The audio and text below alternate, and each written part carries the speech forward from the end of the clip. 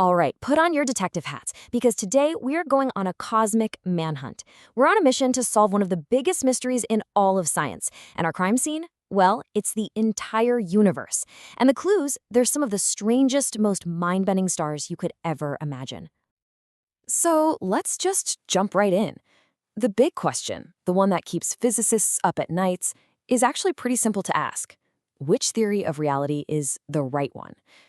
For decades, some of the most brilliant people on the planet have been in this massive intellectual brawl between giants like string theory and loop quantum gravity, and so far, no clear winner.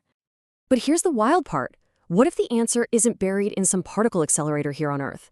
What if it's just out there, waiting for us in the cosmos? The incredible idea we're diving into today is that the universe itself has already run the experiment for us. The evidence, the fingerprints of the ultimate theory, might be locked away inside these strange, exotic stars we haven't even found yet.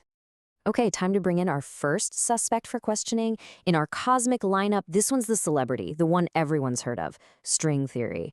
We're going to take a look at its MO, its modus operandi, and see what kind of weird and wonderful stellar objects its math says should exist. You see, string theory doesn't just tweak the rules. It rips up the rulebook and starts over.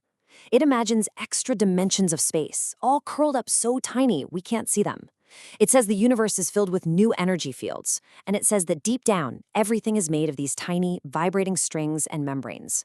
It's a completely different picture of reality. And here's where it gets really interesting for our investigation. All those extra bits and pieces, they're not just theoretical fluff. They have real consequences. The mathematics of string theory just naturally churns out predictions for entire families of bizarre stars. Because it has these things called scalar fields, you get boson stars. Because it creates particles called axions, you get Axion Stars. These are its calling cards, the unique fingerprints it leaves all over the cosmic crime scene. All right, let's pull in suspect number 2. And this one is a totally different kind of beast. Loop quantum gravity, or LQG. See, while string theory is all about adding new stuff to the universe, new particles, new fields, LQG is different.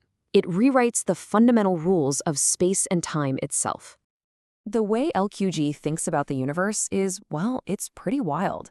It says that space and time aren't a smooth, continuous fabric. If you could zoom in far enough, you'd see it's all pixelated, made of these tiny quantum chunks.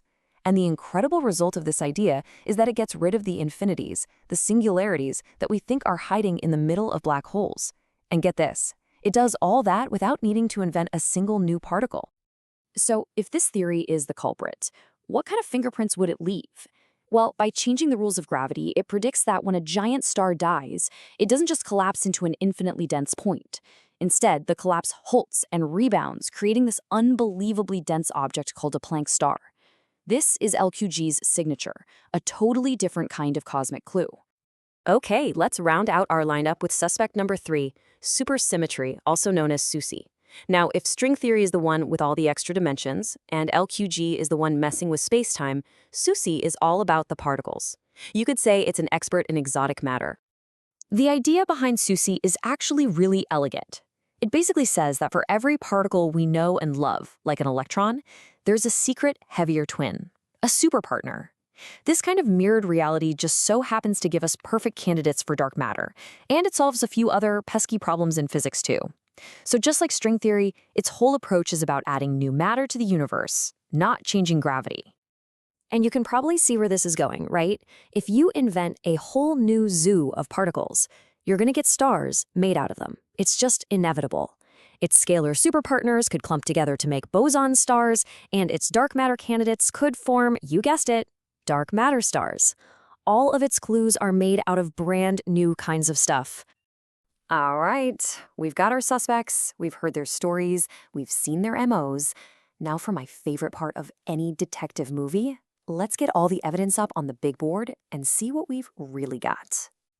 And there you have it, the whole case laid out. Now, you can immediately see some overlap, right? Both string theory and SUSY could be behind boson stars, so finding one of those doesn't really narrow it down. But look closer. See that row for Planck stars? There's only one checkmark there. And that is what we're looking for. A unique piece of evidence that points to just one culprit. And that right there is how we crack this thing wide open. Because these theories are so fundamentally different in how they work, they leave behind totally distinct cosmic signatures. All we have to do is find that one definitive piece of evidence. We're looking for the smoking gun. So, what's the logic here? It really boils down to this key insight, which is the whole reason this cosmic detective work is even possible in the first place. The predicted stars are different for a very specific, very logical reason. Let's break it down. It's all about their method of operation. String theory comes along and adds new fields to the universe. And boom, those fields can clump together into boson stars. Supersymmetry adds new particles, and bam, you can get dark matter stars. But loop quantum gravity? It doesn't add new stuff. It changes the very fabric of space-time itself, and that's what leads to things like Planck stars. Different starting points lead to different clues. Simple as that. And this brings us to the final reveal. This is how we solve the mystery. If our telescopes one day spot an object that looks and acts exactly like a Planck star, well, that's a massive point for loop quantum gravity. If we find an Axion star, the finger points straight at string theory. You see, finding one of these things isn't just a cool astronomical discovery. It's the kind of evidence that could finally prove one of these grand theories right. It's the smoking gun we've been hunting for. So, the great cosmic detective story is far from over. The suspects are in the lineup, we know what kind of fingerprints to look for, and our telescopes are scanning the cosmic crime scene as we speak. And that leaves us with a billion-dollar question. As we stare out into that vast, beautiful darkness, which one of these cosmic ghosts are we going to find first?